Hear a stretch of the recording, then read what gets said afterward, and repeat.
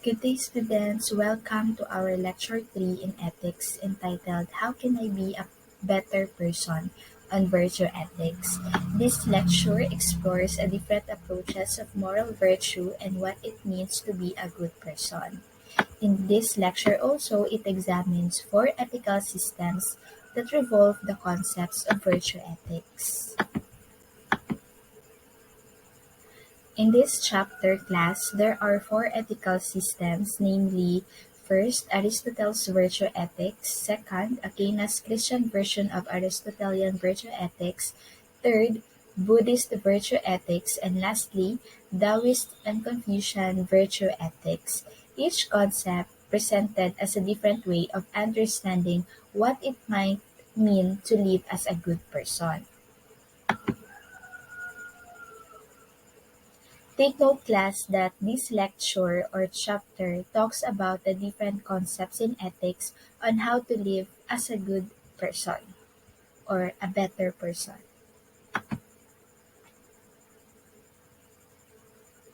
In basic view of each concept in virtue ethics, for Aristotle, to become a good person means striving for the mean between extremes in the context of a well-ordered political community.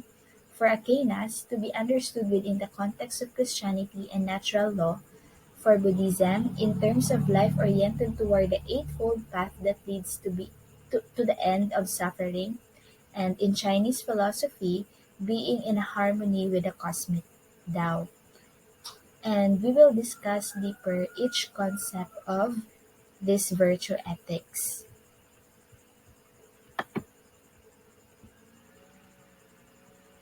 What is virtue ethics? In philosophies of virtue ethics, it doesn't emphasize following rules, but rather developing oneself as a good person.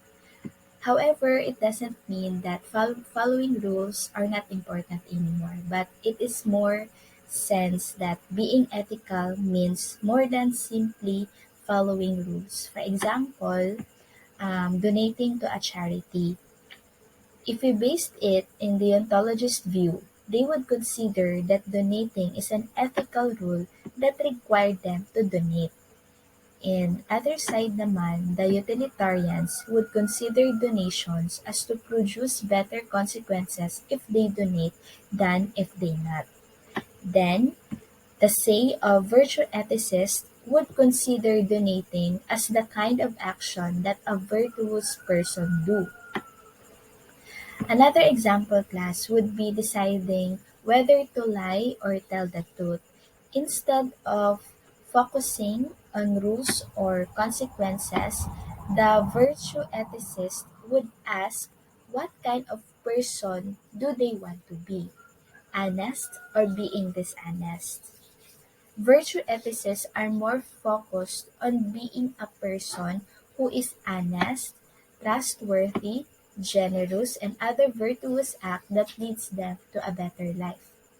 And also, they disregard all those ethical duties or obligations in defining persons, decisions, and choices.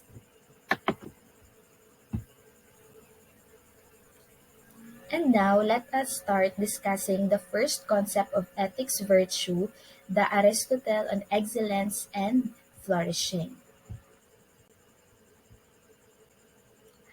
The ancient Greek philosopher Aristotle believed that to understand something, we need to understand its nature and its proper function. He also believed, plus, that everything has an end or goal toward which it naturally moves, meaning each object fulfills their purpose, not out of conscious desire or yung kagustuhan nila, but because it is their nature to fulfill their functions. Aristotle also believes that our purpose is to pursue our proper human end. In short, our purpose is not from our desire, not from our conscious desire, but it is our nature, or in order for us to fulfill our function, it is our nature, no, meron ng nakatakda talaga sa atin na ito yung magiging purpose natin according to Aristotle.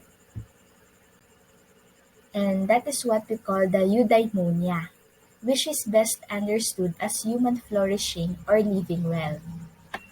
Eudaimonia is not a short pleasure but with strong contentment. Like for example, not just having a good day but a good life. According to Aristotle, it is human nature to move toward eudaimonia. And this is the purpose, the function, and our final goal, or what we call the telos of all human activity.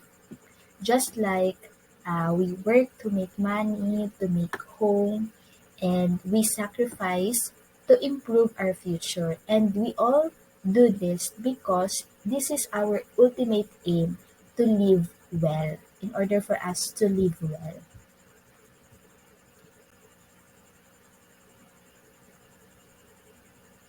Aristotle said that for us to become more flourished or prosperous, we should act ways that cause our essential nature to achieve the most excellent form of expression.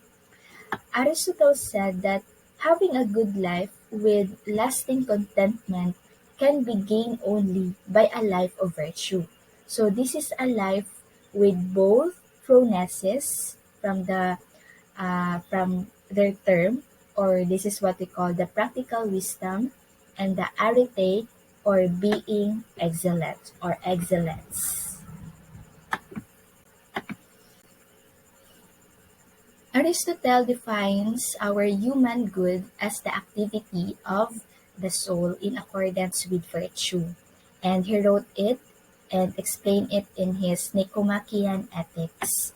The ethical demand on us is to develop or have a character to become a person of excellent ethical wisdom, because from that excellence, good actions will flow, leading to a good life.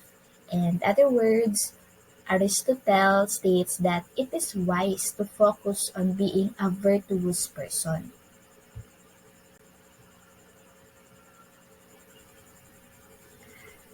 For Aristotle, ethics is a science with objective, rational principles that can be discovered and understood through reason.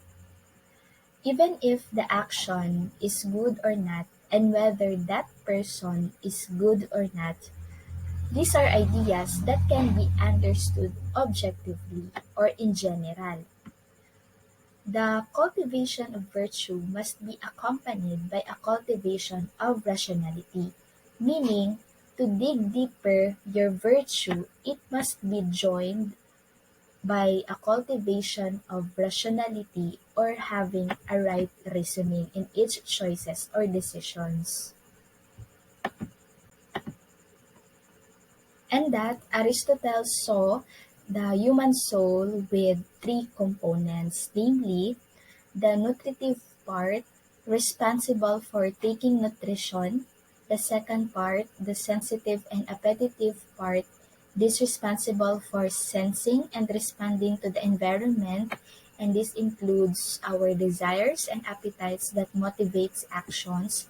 Third, the rational part, responsible for practical and productive intellect. These three components are essential to us being a human, but exist each with clear reason.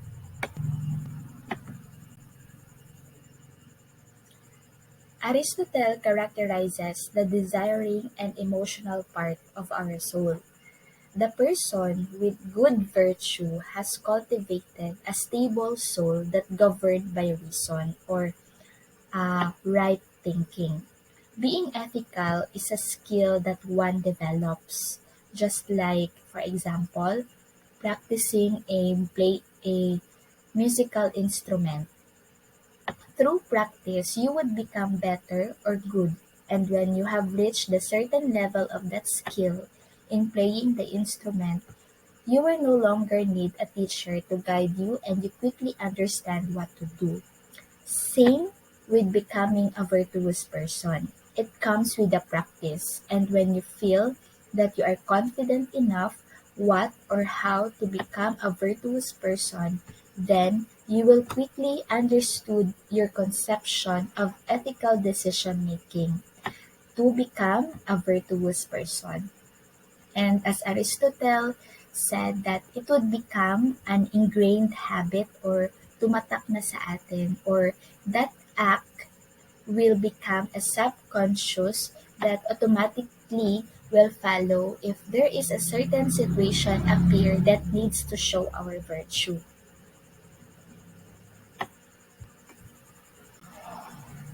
Now, the question is, how can the rational human come to understand what proper ethical actions are?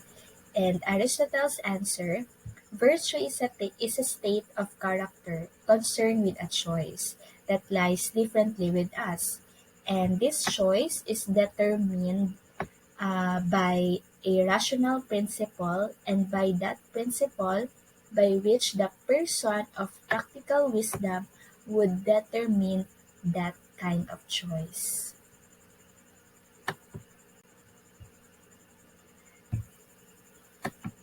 There are two aspects that emphasize a virtuous character that enable us to make rational ethical choice. First, the concept of the choice lying in a mean relative to our circumstances, and second, what the mean is any particular situation can be determined by the person of practical reason. So we will discuss each aspect.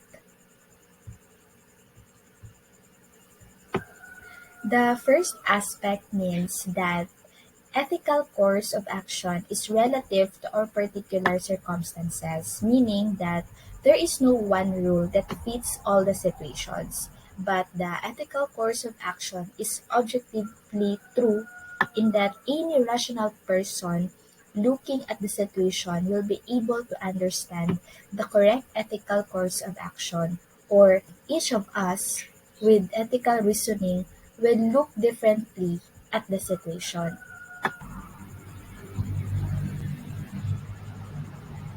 Please observe the table class, the sample virtue as means between extremes. The first box, that's the less extreme. The second box, that's the mean or the virtue, at our virtue or the neutral. And the third one is very extreme. Then Aristotle refers to something middle, the mean, no, between two extremes. The virtuous act is the one that falls between the extremes of what is deficient, the too little, and what is excessive, the too much, relative to the situation. All of the moral virtues are a mean between harmful extremes, the too little and the too much in our actions and emotions. So observe the box, no?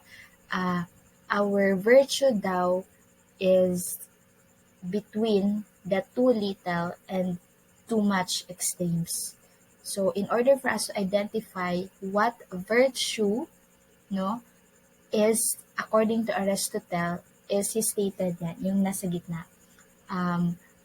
For being a virtuous person, you have these characteristics like bravery, generosity, confidence, and calmness in each situation.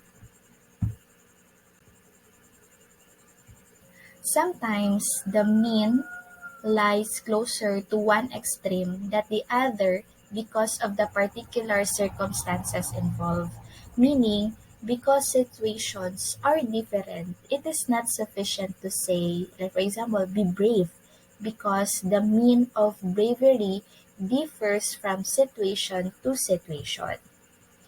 There are still ethical standards, but they are relative or different to the situation. For example, it is always wrong. It is always wrong to say to eat too much, but too much will be different for each individual. Even though it is the mean, we should also realize that we should consider that we should use it in a particular circumstances because we have a different situation in using that virtue. So so even if it is an ethical action, we should consider also the situation. The emphasis on virtue is the ability to discern how to make ethical decisions. It is the key to an ethical, good, and balanced life that is worth living. Now, let us proceed to the second aspect. No? What the mean is in any particular situation can be determined by the person of practical reason. The better you are at finding and acting on the mean, yung sa table kanina, yung generosity, the bravery, and alike, the more you have phronesis or having a practical wisdom.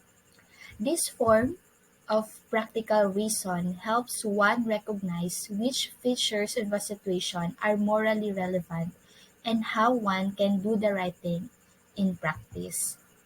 Practical reason is rational because it is open to rational influence also. Again, class, virtue is a learned skill, and a person who listens to and learns from the reason of others is a rational person. As Aristotle sees it, every thought that one has and action that one takes contributes to the development of either virtue or a vice. Virtues such as temperance, like courage and truthfulness, become increasingly a part of our action the more we intend to do them and the more we practice doing them. So again, di ba, being a virtuous person, we need to practice, no? Para ma-ingrain na sa habit natin or sa personality natin. The truly virtuous person knows what she or he is doing, chooses a virtuous act for its own sake, chooses as a result of a settled moral state, and chooses gladly and easily. So that's the standard of being a virtuous person in Aristotle's thought.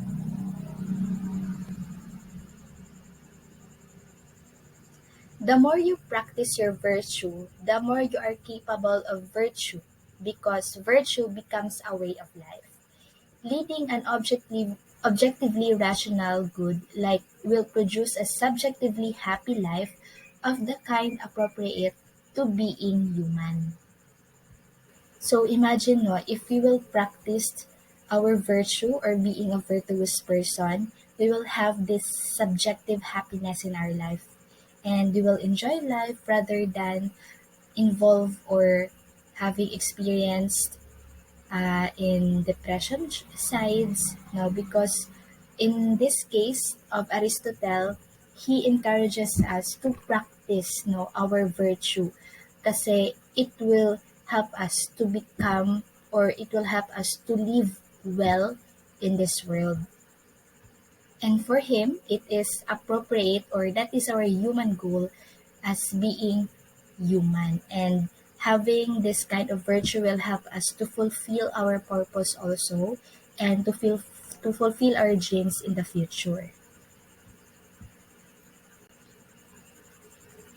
Okay, so let's proceed to the next second concept of virtue ethics. It's from St. Thomas Aquinas on virtue.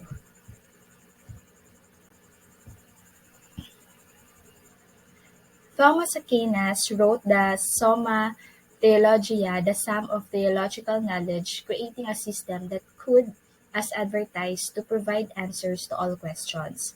His philosophy was based on the writings of Aristotle, who he reverently called the philosopher, and placed as a source of truth almost on the same level as the Bible. There are some similarities between Aristotle's and Aquinas' ethical system, but in Saint Aquinas, it is more on Christian version.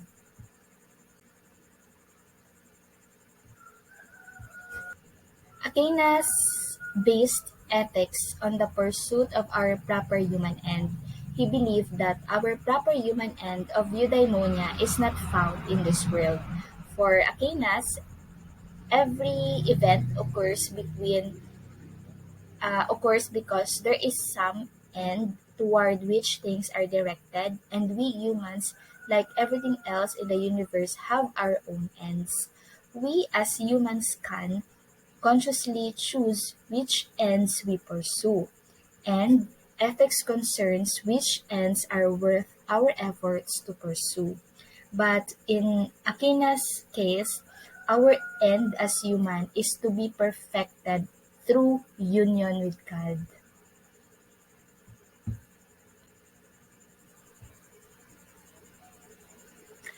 And Aquinas believed that ethical understanding comes through virtue, and that virtue is a skill that must be developed, or like Aristotle, diba? Like Aristotle, Aquinas believed that we learn what is ethical through our reason or our rational thinking, which we can use to uncover God's natural law that is imbued in creation. That is imbued in creation.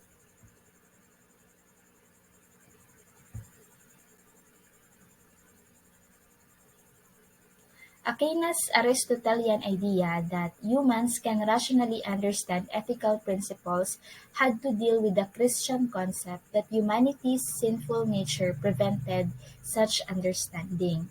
He held also that sin affects our moral life but not our rational life, clearing the way for the use of our human intellect to learn ethical truths. So in this type of thinking, the human sin, no, naturally prevented our own, or naturally it prevents our own understanding of ethical principle. But they emphasize that that sin would only affect our moral life, but not our rational life, or having a rational thinking or a rational reasons, a positive reasons, because we use our human intellect, no, to learn ethical truths. He borrowed from Islamic philosophers the conception that intellect is both passive and active.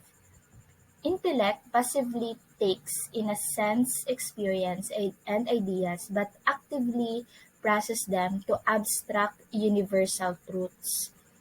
This is a natural process that is inherent in the human mind without requiring any illumination from God, and that is unaffected by sin.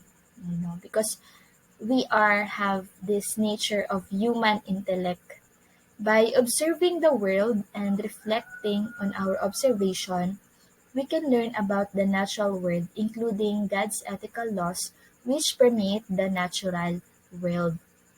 Aquinas used this conception to develop what we know now as natural law.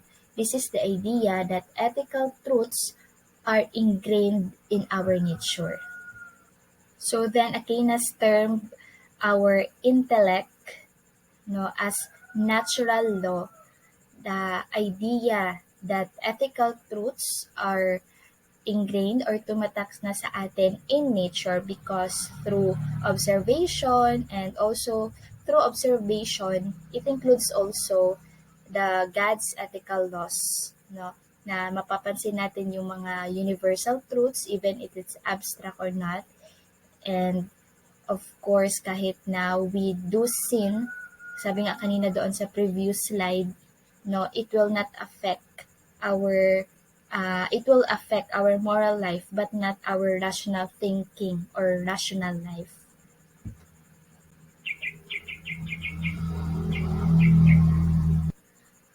According to Saint Aquinas, to be virtuous, we need to learn God's natural law that governs the motion of objects in nature and instructs us in ethical behavior. To be rational naman, which is central to our human ends, requires intellectual discipline, but it is the way to virtue. And this is through self-discipline and reflecting on the natural law.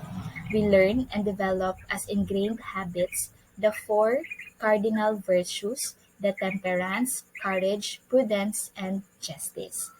And being a virtuous person practice these four cardinal virtues, no, in their daily lives. And from those uh, virtues, no, from the cardinal virtues, it flows the ethical behaviors in all situations.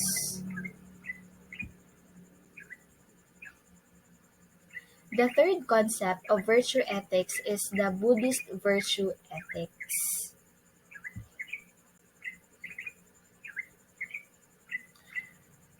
Buddhism is a spiritual and philosophical tradition founded by Siddhartha Gautama in India in the 5th century. There are many schools of Buddhists in many countries, from monasteries to religious devotion to solitary practices of meditative practice.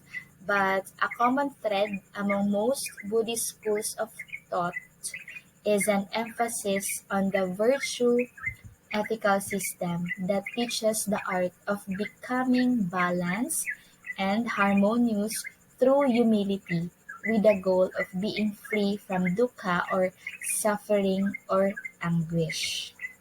So the main word there is to have balance.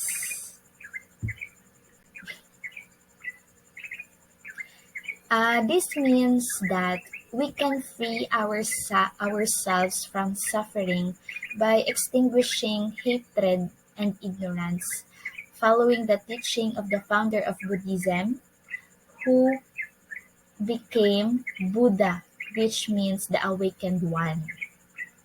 Gautama taught that what could be called evil acts are performed out of our ignorance and fear.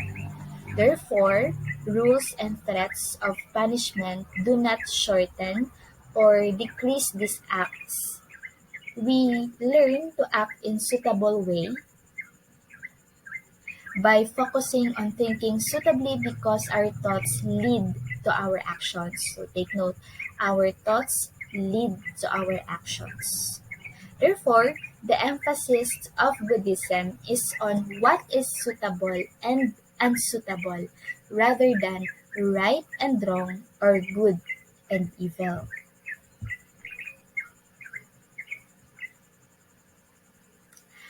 A life of virtue is outlined by the Eightfold Path: suitable view, intention, mindfulness, concentration, effort, speech, bodily conduct, and livelihood.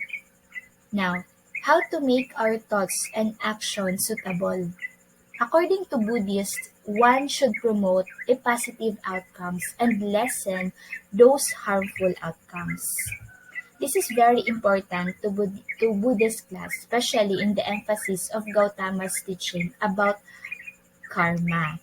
Karma means a concept that underlie Buddhist ethics and differs significantly from the divine command ethics found in many religions. So, the term karma, pag narinig natin yung term na karma, it came from the Buddhism concept or the Buddhist concept.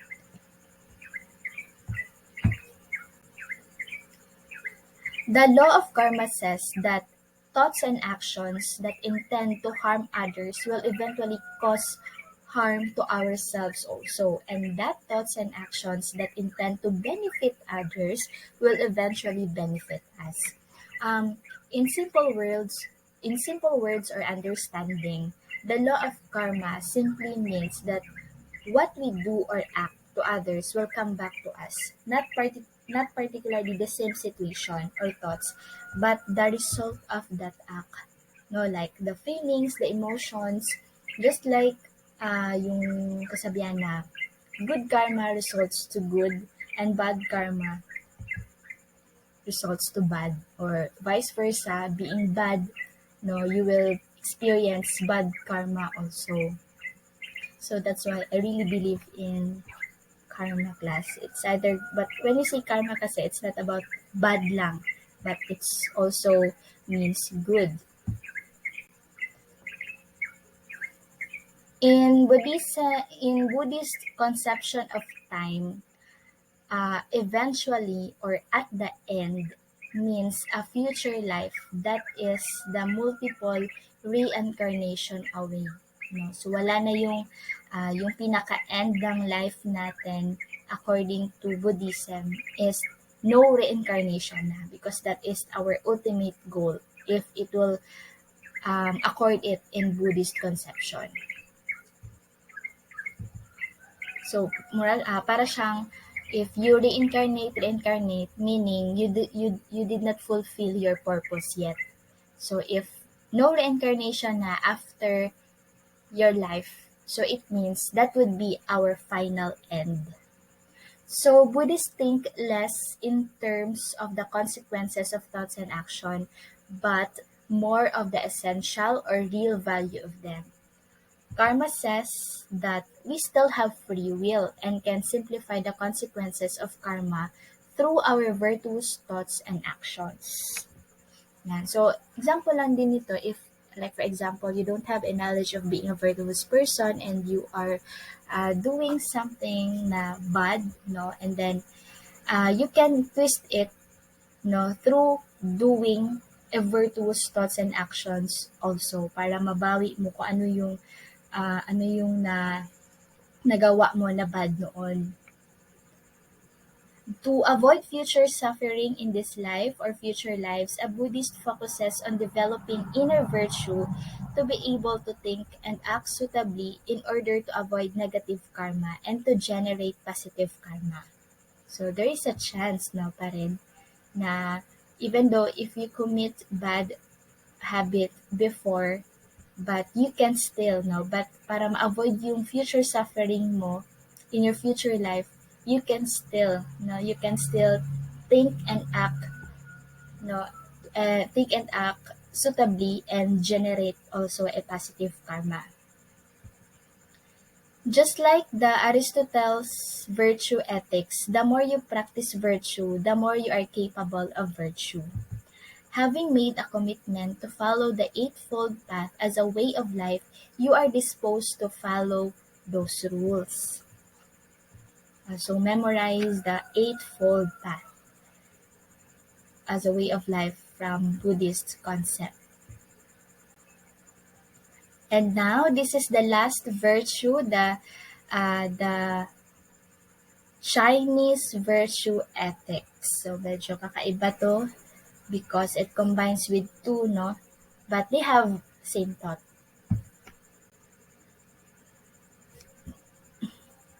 For more than 2 millennia, Chinese philosophy has been dominated by two great traditions, the Confucianism and Taoism, or in other term, Taoism, that have influenced China throughout its history and are important to Chinese culture until today. Both traditions are founded on their teachings of the Tao, means the way. Tao is both how the universe is and how things behave properly. The Tao cannot be described completely in words, but can be sensed as the source of all things and the rhythm of being. All things come from Tao, and all things have their own Tao, or essence, which comes from the cosmic Tao. Okay, let's read this. Confucianism and Taoism believe that to be in the Tao and in harmony with it is to be virtuous and at peace, and that this state of enduring harmony with the Tao, similar to Aristotle's eudaimonia, is the proper human goal. So for Confucianism or Taoism concept, being having a harmonious relationship with the Tao, it you will achieve also to or you will have a virtuous character and at peace, no, similar ka Aristotle, no, for him eudaimonia is our proper human goal. Confucianist and Taoist ethical system teach that a community flourishes when its members are in harmony with the Tao. So it's very important for them to have a relationship talaga with the cosmic Tao. And that the state flourishes when its leaders are in harmony with the Tao. So they make sure na like for example in family members, uh, the one the one member should follow or should have a relationship, a harmonious relationship with the Tao, and the other members also should follow para magkaroon din ng system na lahat ng members of the family will follow. Kasi pag isa lang, so or they prevent the harmonious relationship with the Tao. So dapat lahat ng members of the family would have this harmony, no, with cosmic Tao. Confucianism and Taoism are in disagreement about how communities and governments can keep in harmony with the Tao and thus promulgate different ideas about how to attain virtue. So for them, no, it's about what the leader should act, and that's and yun yung dapat i-act din ng mga members para to achieve the harmonious relationship or having peace, no? So if pagbabasehan niyo siya sa government na 'di ba kaya hindi umuunlad yung country, no, or maraming mga issues ang country because what the leaders wants, there are other members talaga na mag-oppose, no? So what if this is the instruction of the president and then everyone will follow? No more rallies, no more second thoughts, second emotions and all.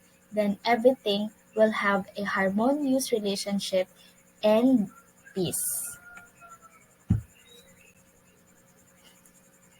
Confucianism is the social and ethical system set by Kongzi or Master Kong, known in the West as Confucius. Siya si Confucius.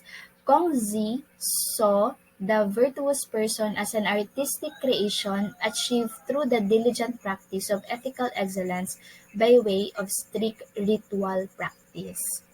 Ritual or li is the art and practice of crafting one's character from the raw material of human nature. Li extends to all aspects of life. Kongzi taught that our every action affects our character and our environment, so every activity needs to be performed with proper respect and procedures. Kongzi or Confucius issued hundreds of rites in saying covering many aspects of human life. This is how youth should behave toward their parents, what colors of clothing one should wear and when, excuse me, how one should greet another person, protocols that should be observed at the court of the ruler, and so on. So maraming mga rights, no, na na binigay si Confucius for us to uncover human life. All of this will be strictly observed in order to cultivate the comprehensive ethical virtue known as Ren. So, ano yung Ren? Okay. Most of the rights specified by Kongzi concern human interaction, reflecting the great performance he placed on suitably respecting one's superior. Kongzi taught that maintaining the social hierarchy was essential to social order.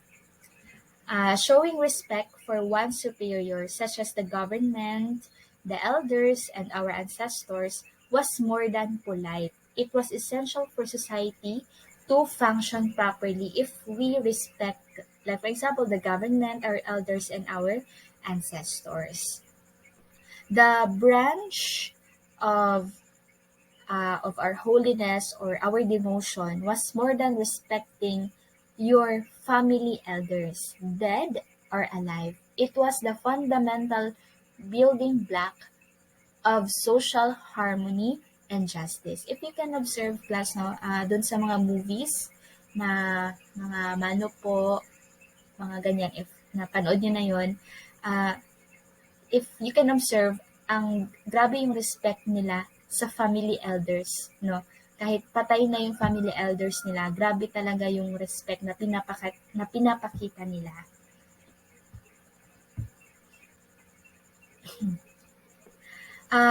The more one practice the rites, the more one develop virtue. Most importantly, the virtue of Ren or the benevolence. Ren should be understood not as acts of kindness, but as acts of propriety that create virtue in oneself and society. Practicing the rites virtuously brings each person and society in harmony with the cosmic Tao and leads to a good life for all. Taoism focuses on harmony with the Tao rather than on human teachings. The opposite of the Confucian emphasis on a system of ritual or behavior. So take note, class, in this concept, they focused on the harmonious relationship with the Tao rather than on human teachings or intelligence. And the opposite of the Confucian emphasis on a system or ritual behavior.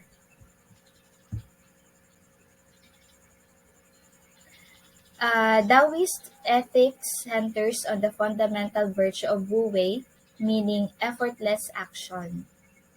The fundamental virtue, no, of Wu Wei, meaning effortless action.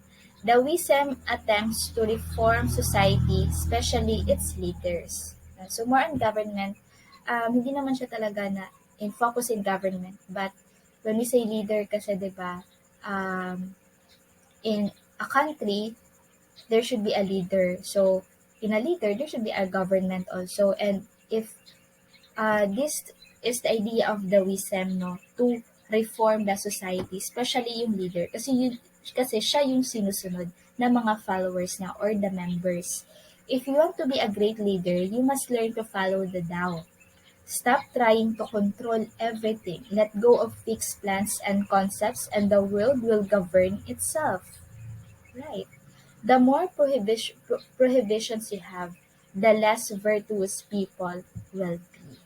Oh, it's good. The Taoist idea is that separating ourselves from nature is separating ourselves also from the Tao, and that what most contributes to this separation from the Tao are the social institutions of government, military, and other social hierarchies and power structures. The Taoist virtue of Wu Wei, or the effortless action, involves a life of walking away from artificial roles of human pretension and arrogance and shaping your actions, no, according to what others think of you.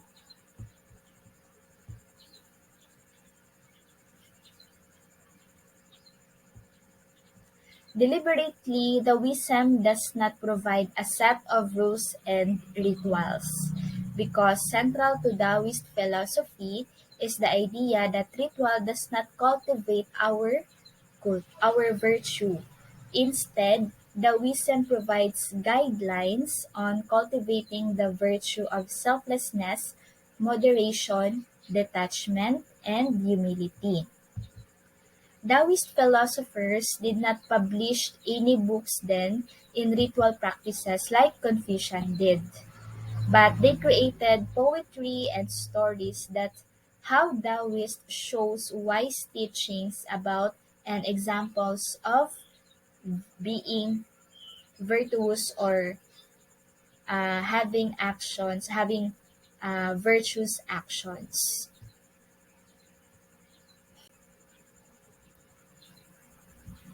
Okay, if you if you did an advanced reading for this lecture, no, you can realize na it's amazing that these thoughts, no, or these principles of the four concepts of virtue ethics is very admirable, no, na para siyang may formula on how to become a virtuous person, and it really helps us kung ano yung gagawin natin, no, from kay Aristotle, kay from Aquinas, from sino yung third one, from Buddhism to the Chinese tradition. So lahat yun, meron silang pinaglalaban, no, each concept, no, meron silang mga pinaglalaban na kung paano maging virtuous person. And hopefully this lecture really clears your mind, no, na nga, no, paano, what if all people would live to become a virtuous person?